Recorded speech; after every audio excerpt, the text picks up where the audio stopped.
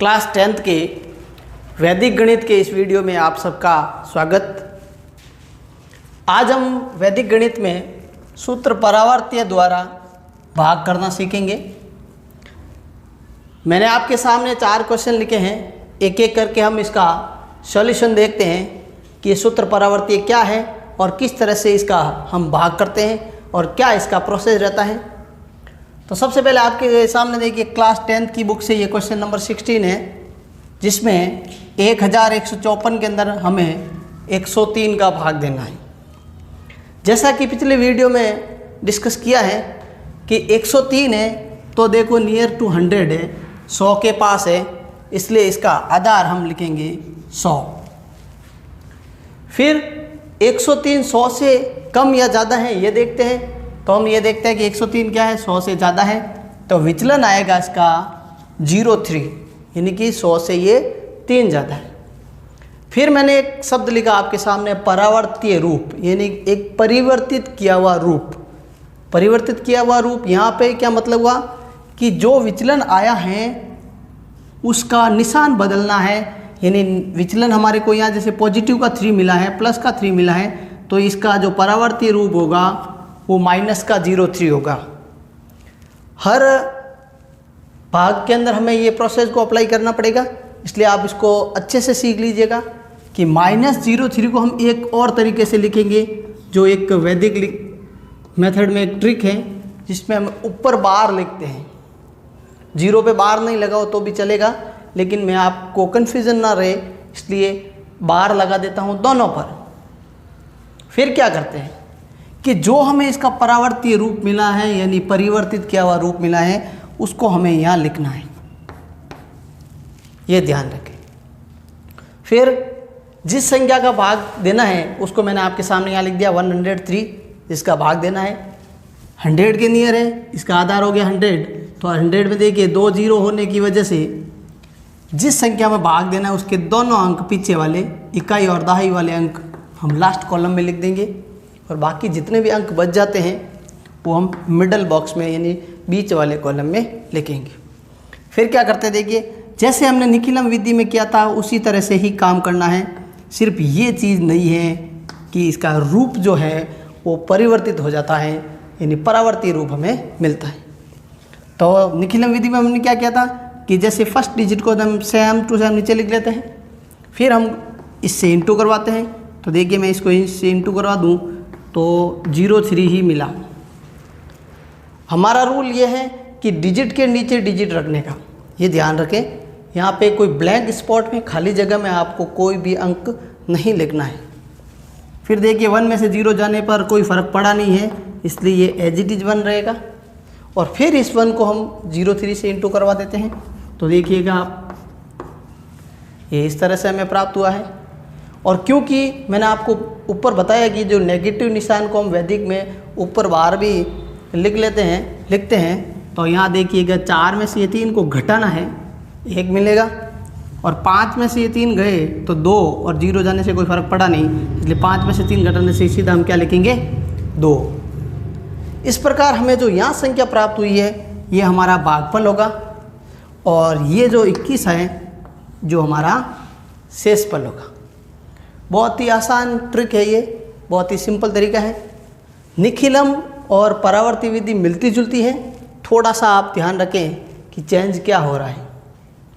इसको और परफेक्ट करने के लिए एक क्वेश्चन और हम सॉल्व कर लेते हैं। आपके सामने लिखा हुआ है जिसमें 1358 में 113 का भाग देना है। जैसा कि पहला टर्म आपके सामने क्या है, आधार, तो 113 के लिए भी आधार हम क्या लेंगे 100 लेंगे, नज़दीक है 100 के। और विचलन देखते हैं तो विचलन आता है ये 100 से 13 ज़्यादा है, तो विचलन आएगा प्लस का 13, यानी कि 13 लिखेंगे हम यहाँ पे। अब आप देखिएगा इसका कौन सा रूप लिखना है, परावर्तीय रूप लिखना है। मैंने यहाँ बताया था परावर्तीय रूप क्या होता है कि विचलन का जो निशान हो यानी पॉजिटिव हो तो हमें उसको नेगेटिव करना है, और आगे अगर कभी विचलन नेगेटिव आ जाएगा तो हम उसे पॉजिटिव करेंगे। तो यहाँ हमारा विचलन क्या आया 13, जो कि पॉजिटिव का है, तो इसका परावर्तीय रूप भी 13 आएगा, लेकिन माइनस का। इसलिए हम 1 बार और 3 बार यानी बार ऊपर लिखते हैं, ये यहाँ पे हमारा माइनस का निशान इंडिकेट करता है, माइनस के निशान को दर्शाता है। अब हम देखते हैं यहाँ पे, देखिए जिस नंबर का भाग देना है, यानी भाग किसका देना है 113 का, उसको हमें यहाँ सबसे फर्स्ट बॉक्स में लिख लेना है। आधार कितना है 100 है, तो आधार में जितने जीरो होते हैं उतने ही अंक कौन सी संख्या के, जिस संख्या में हम भाग देंगे उस संख्या के अंक हम लास्ट कॉलम में लिख देंगे, और बचे हुए जितने भी अंक है वो हम मिडल बॉक्स में लिखेंगे। ठीक है, अब हम क्या करते हैं, यहाँ पे जो परावर्ती रूप मिला है हमें ऊपर उसको लिखना है। प्रोसेस शुरू करते हैं। फर्स्ट को हम यानी फर्स्ट डिजिट को एज इट इज लिखते हैं, सेम टू सेम नीचे लिख दिया मैंने इस एक को। फिर मैं इस एक को 1 और 3 से इंटू करूँ तो मुझे 1 और 3 ही मिलेगा, बार लगा हुआ। ठीक है, अब हम क्या करते हैं, देखो 3 में से ये 1 जाएगा तो यहाँ क्या लिखेंगे 2 लिखेंगे। फिर मैं 2 को इससे इंटू कराऊँ तो देखिए ये 13 है, 13 को 2 से इंटू करते हैं तो 26 मिलता है। हमें इसको 26 को ऐसे लिखना है, और वो भी क्या मिलेगा नेगेटिव का मिलेगा। अब आप देखिए क्या करना है, 8 में से ये 6 घटा देते हैं, क्या मिलेगा 2 मिलेगा, और 5 में से 3 घटाए तो 2 आया, उसमें से भी अगर 2 घटा देते हैं तो यहाँ पे 0 आ गया। यानी शेष फल क्या आया 0, 2, और भागफल क्या आया 12, जिसको हमें यहाँ लिख देना है ना। बहुत सिंपल ट्रिक, आसानी से इस चीज़ को आप प्रैक्टिस में ले सकते हैं, अभ्यास कीजिए और एक इम्प्रेसिव और एक शानदार तरीके से इसको सॉल्व कीजिए। इसी के कंटिन्यूशन हम 2 क्वेश्चन और सॉल्व करते हैं, जिसमें आप देखिएगा कि जो पहले हमने 2 क्वेश्चन किए थे ना वो हमारे आधार से ज़्यादा थे, दोनों ज़्यादा थे, और दोनों में हमारा विचलन पॉजिटिव आया था, और दोनों में हमने इसका परावर्ती रूप नेगेटिव में प्राप्त किया था। लेकिन जैसा देख रहे हैं आप अगले क्वेश्चन में 88 मिल रहा है, जो कि आधार 100 से कम है। तो 100 से कम है तो हम इसको किस तरह से सॉल्व करेंगे, ज़रा ध्यान दीजिएगा कि इस नंबर में विचलन और आधार हमें सबसे पहले पता होना चाहिए। कैसे लिखेंगे, solution of question number 18 1432 divided by 88। 1432 के अंदर 88 का भाग देना है, और सबसे पहले हमें आधार का पता लगाना है। 100 है आधार, विचलन जैसा नंबर 100 से कम है इसलिए विचलन ये हो जाएगा -12, क्योंकि जिस संख्या का भाग देना है वो अपने आधार से कम है। फिर क्या करेंगे, हम उसका परावर्ती रूप लिखेंगे, क्योंकि हमारी इस विधि का नाम है सूत्र परावर्तीय। तो देखो -12, इसका परिवर्तित रूप चिन्ह बदलेगा +12। अब ये जो हम क्वेश्चन सॉल्व करेंगे ये हमारे वैसा ही बन जाएगा जैसा हमने निखिलम में किया था। तो कैसे करते हैं देखिएगा ज़रा, वैसे के वैसे आपको 3 बॉक्स बनाने हैं, ऐसे इसको पार्ट में डिवाइड कर देना है। जिस नंबर का डिवाइड देना है उसे हमें यहाँ लिखना है। जितने आधार में 0 होते हैं उतने ही इस संख्या के अंकों को हमें पीछे लेना है, और बाकी बचे हुए जितने भी अंक हैं वो हमें मिडल में लिखना है। यहाँ क्या लिखना है, विचलन से जो हमने परावर्ती रूप प्राप्त किया है उस परावर्ती रूप को लिखना है, जो कि पॉजिटिव का है। ठीक है, अब हम क्या करते हैं देखिएगा, 1 एज इट इज लिखा, 1 को मैं इससे इंटू कराऊँ तो मुझे ऐसे ही मिलेगा। देखिए 1 × 12 तो 12 ही मिला। यहाँ पे ऐड किया तो 4 और 1 कितना हो गया 5। अब हमें 5 को 12 से इंटू करना है, यानी कि 5 को 12 से गुणा करने से हमें क्या मिलता है 60 मिलता है। ठीक है, तो 60 को हमें ऐसे लिखना है, इस 2 के नीचे 0 और ये सीधा नीचे यहाँ पे 6। अब यहाँ जोड़ लेते हैं हम, यहाँ घटा रहे थे क्योंकि यहाँ पे सब जगह माइनस का निशान था, लेकिन यहाँ पे माइनस नहीं है तो हम जोड़ेंगे। इसकी जोड़ कितनी हो रही है आपके 112। भाग किसका दिया 88 का, शेषफल कितना है गया 112। ये आमतौर पे होता नहीं है। तो आप अभी देखिए कि मैंने निखिलम विधि में भी एक ऐसे क्वेश्चन के लिए एक एग्जाम्पल दिया था, वो आपको ध्यान रहे उसके लिए आप उस वीडियो को देखिएगा। सेम एग्जांपल हम यहाँ सेटअप करते हैं कि अगर हमारे पास जिस नंबर का भाग देना है उससे ज़्यादा शेषफल बच जाए तो हमें क्या करना है। तो हमें ये देखना है कि 112 में से हम 88 को कितनी बार घटा सकते हैं, यानी कितनी बार 88 हमें इसमें से प्राप्त हो सकता है। तो कितनी बार मिलेगा, यहाँ पे एक बार ही मिलेगा। 88 का डबल तो 112 में से घटेगा नहीं, तो 88 को हमने एक बार घटाया, वो एक हमें यहाँ जोड़ देना है। तो हमारा यहाँ आंसर 16 हो जाएगा और यहाँ हम माइनस करते हैं तो 24 हो जाता है। ये जो 24 है 88 से कम है, ये हमारा शेषफल रहेगा, ये हमारा भागफल रहेगा।